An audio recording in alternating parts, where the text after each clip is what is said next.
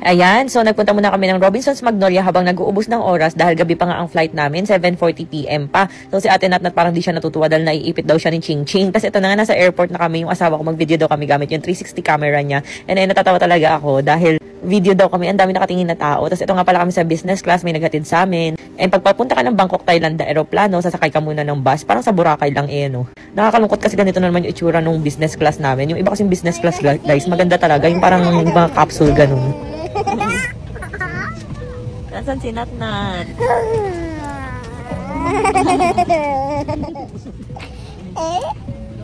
Oh.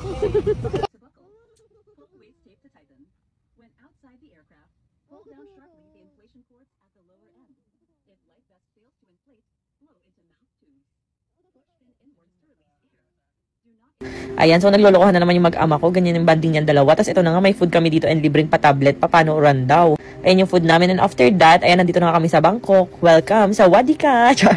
At ayan na nga, nalimutan pa namin yung aming stroller. Kaya kailangan pa namin ipa-deliver from airport to dito sa aming hotel kung saan kami nag-rent. Ay, check-in pala.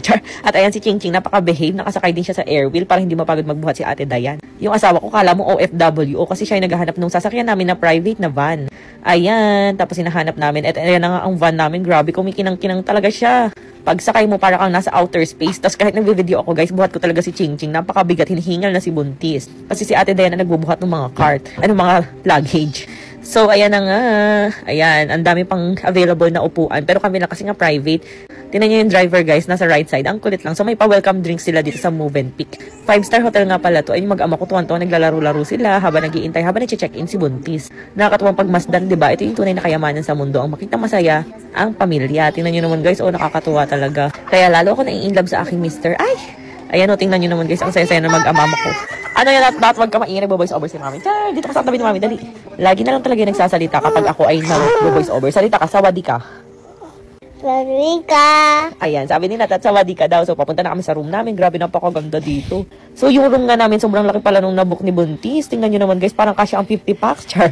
So, may sala, may ganyan, tapos may coffee area pa. Tapos yung kwarto namin, ang lambot-lambot ng kama. So, ayan, tawan-tawa yung asawa ko. May ginagawa na naman kalokohan, kaya inalis ko yung video. Tapos, ito naman yung aming CR. May bathtub. So, magbabathtub bukas si Ate Natnat. Ito nga pala yung OOTD namin dito sa Thailand. Bukas ulit!